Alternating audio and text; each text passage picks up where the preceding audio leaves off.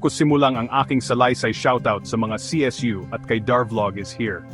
Sa mundo ng security, hindi baril o batuta ang pinakamahalagang sandata. Minsan, ito ay isang panulat at papel. Ang tasking report o ang pang-araw-araw na ulat ng isang security guard ay higit pa sa simpleng listahan ng mga gawain.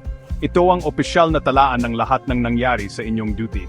Isipin ninyo ito bilang isang diary ng inyong post, isang detalyadong kuwento na isinulat mo mismo. Ito ang nagpapatunay na ginawa mo ang inyong trabaho ng maayos at may dedikasyon. Ang bawat salitang isinusulat mo ay nagiging ebidensya ng inyong pagiging alerto at responsable sa tungkuling ipinagkatiwala sa iyo ng kumpanya at ng mga taong inyong pinoprotektahan. Kapag may nangyaring hindi inaasahan, saan unang titingin ng management o ang mga autoridad? Tama, sa inyong report.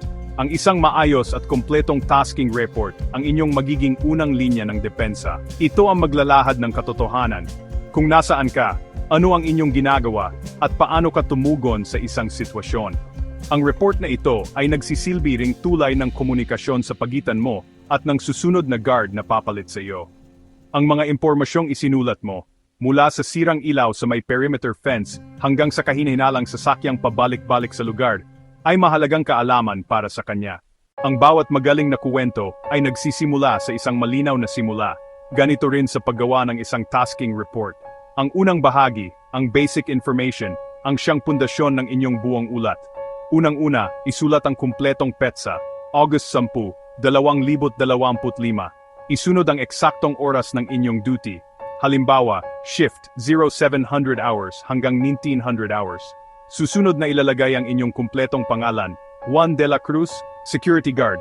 Huwag kalimutan ang inyong rango o posisyon. Kasunod nito ay ang eksaktong lokasyon o post kung saan ka naka-duty. Halimbawa, Post Gate 1, XC Industrial Compound, Taguig City. Huwag din nating kalimutan ang lagay ng panahon.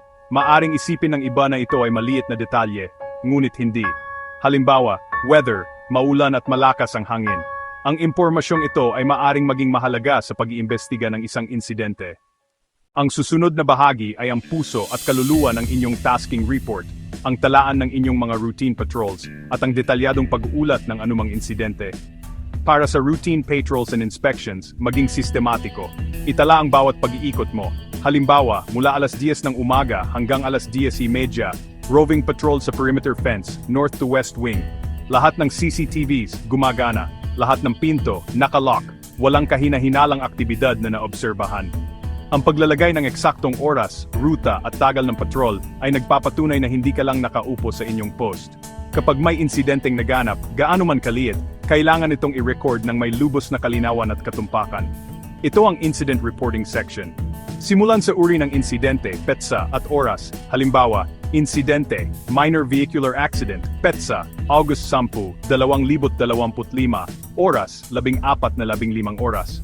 Pagkatapos, ilahad ang buong detalye ng pangyayari sa isang objective na paraan. Iwasan ang mga opinyon o hula. Isalaysay lamang ang inyong nakita at narinig.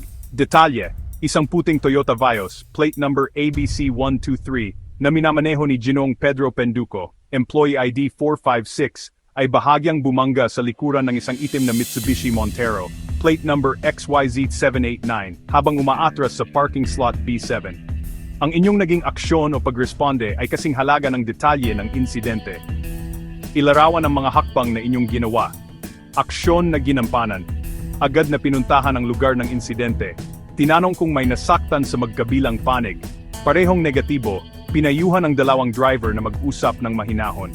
Kinuha ang kanilang mga pangalan, contact info at detalye ng sasakyan.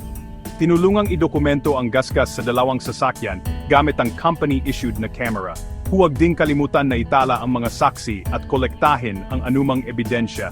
Mga saksi, Ginang Maria Makiling, isang bisita, nakita ang buong pangyayari mula sa waiting shed. Matapos ang isang insidente, hindi pa tapos ang inyong trabaho. Ang follow-up requirements section ay mahalaga upang masigurong mayroong resolusyon at hindi na maulit ang problema.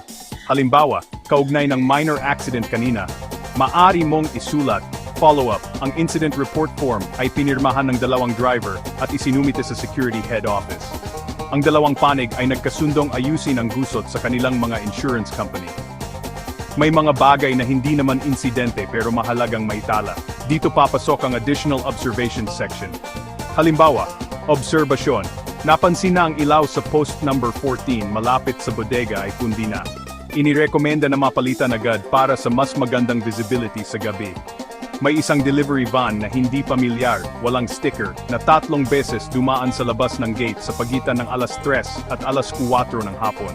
Naitala ang plate number para sa reference. Ang mga ganitong obserbasyon ay maaring maging susi sa pagpigil ng mas malaking problema sa hinaharap. Sa pamamagitan ng pag-ulat ng mga ito, naipapakita mo na ikaw ay proactive at hindi lamang reactive. Nagbibigay ka ng mahalagang intelligence sa inyong management na magagamit nila para mapabuti pa ang mga security measures ng buong compound. Upang maging tunay na epektibo ang inyong tasking report, kailangan itong sumunod sa 5 pangunahing prinsipyo. Ang una ay ang objectivity o pagiging objective. Mag-ulat lamang ng mga katotohanan o facts. Iwasan ang sariling opinyon, hula o emosyon. Ang ikalawang prinsipyo ay clarity o kalinawan.